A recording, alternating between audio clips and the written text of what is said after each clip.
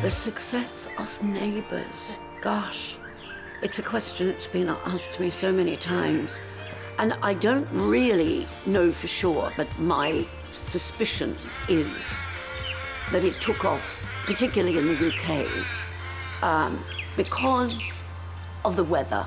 I mean, it did always look as though it was summer. And I think because of the kind of egalitarian thing.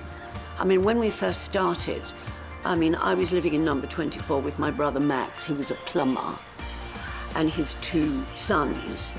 And he was a plumber, he was working class, and he was the one with the swimming pool.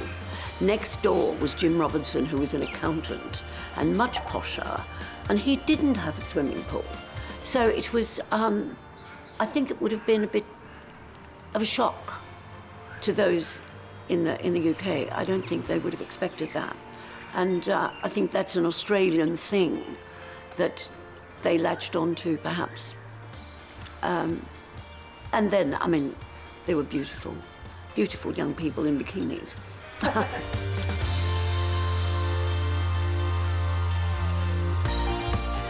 There was one occasion, and I was back in Australia. I think it must have been during my return in the late 90s. And I was with a friend at the Stoke House in St Kilda, when it still existed. And this man came up, and he had his son with him. And he said, you're Madge from Neighbours. I'd like to have a photograph taken with you. And I really wasn't in the mood. And I said, no, I'm not. And went and sat down with my friend, and he came over and he said, well, look, you look like her, so can I have the photograph taken anyway?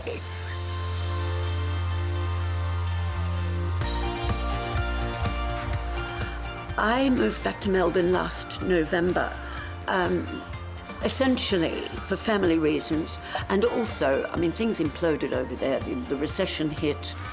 It hit England and Ireland. I lived in Ireland and I was working in England, and things really slowed down. And I have a son here and a grandson. And the grandson is a huge draw. I love him very much, and I missed him. And he missed me, I think. So I would say he was the main reason that I came back. And I mean, he's getting upset at the moment because I'm flying out tomorrow night to go and do pantomime. And he doesn't really get it because I'm not going to be here for Christmas. And I figure he'll be bored with me in about 3 or 4 years and I can do what I like. But at the moment, he thinks I'm better than sliced bread, so I'm sticking around to enjoy it.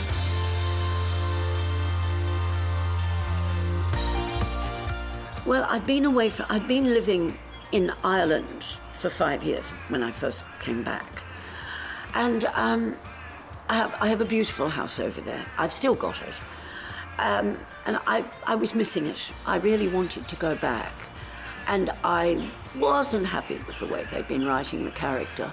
She'd become, I mean, they sort of turned me into the ultimate victim by killing me of pancreatic cancer, but there'd been a build-up to that. I mean, I'd gone blind, I'd had an aneurysm.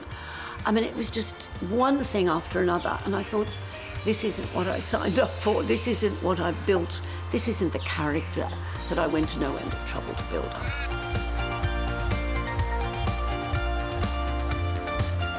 The main thing I've noticed changing, you get a free lunch and you get afternoon tea. Now, that never happened in my day. I noticed this yesterday. I was in studio and somebody said, afternoon tea, and I thought, I'd better go to the canteen. And I went into the green room and there's this wonderful array of food. And I thought, these people are being treated a lot better than we were. And of course, the back lot here is completely different. I miss the pool. I always thought that was rather lovely. But it's very good. I mean, it's beautifully done. It's just, I have trouble finding things. Congratulations, Neighbours, on turning 30.